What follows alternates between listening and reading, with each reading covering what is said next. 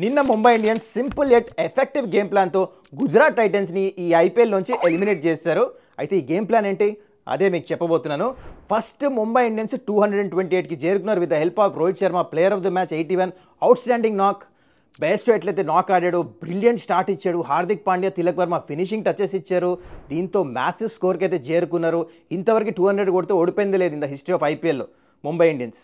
In reply first ఓవర్లో Gill wicket కూడా తీసాడు, ట్రెంట్ బౌల్ట్ తీసేసాడు. కానీ దీని తర్వాత స్టార్ట్ అయింది అసలు ప్రాబ్లం ముంబై ఇండియన్స్కి. మ్యాచ్ స్లోలీ చేతిలోంచి వెళ్ళిపోతుంది. ఎందుకంటే సాయి సుదర్శన్ ఇంకా అక్కడ Washington Sundar 80+ partnership. Sai Sudarshan 80, brilliant batting, 12 runs per over కొట్టాలి అంతే. లాస్ట్ 7 overs ఈజీగా మ్యాచ్ వెళ్ళిపోతుంది అటువైపు గుజరాత్ టైటన్స్. ఇప్పుడు ఏం చేశారు ముంబై ఇండియన్స్? బ్యామ్, ఇప్పుడు స్టార్ట్ అయింది game plan. First Hardik Pandya brilliant captaincy, బూమ్రాన్ తీసుకొని వచ్చాడు 14th over. Simple game plan. అదేంటంటే ఇది only yorkers, no slower one, no bouncer, no length ball, no wide yorkers. ఎందుకంటే గ్రౌండ్లో డ్యూ ఉంది, స్కిడ్ అవుతుంది. అందుకని స్టంప్ మీద యార్కర్ వేయాలి.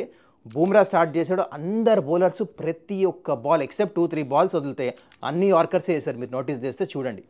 అండ్ బూమ్రా యార్కర్తో ఫస్ట్ బౌల్డ్ చేశాడు, కింద పడిపోయాడు. అక్కడ వాషింగ్టన్ సుందర్ బౌల్డ్ అయిపోయాడు. అండ్ రిచర్డ్ గ్లీసన్ యార్కర్ వేసానికి మిస్ అయింది, కానీ లో ఫుల్ టాస్ కూడా మిస్ అయ్యి సాయి సుదర్శన్ దానికి బౌల్డ్ అయ్యాడు. అండ్ దాని తర్వాత బూమ్రాన్ ఎట్లయితే యూజ్ చేశాడు last 2 overs, first 14th over వేసి వికెట్ తీపిచ్చాడు.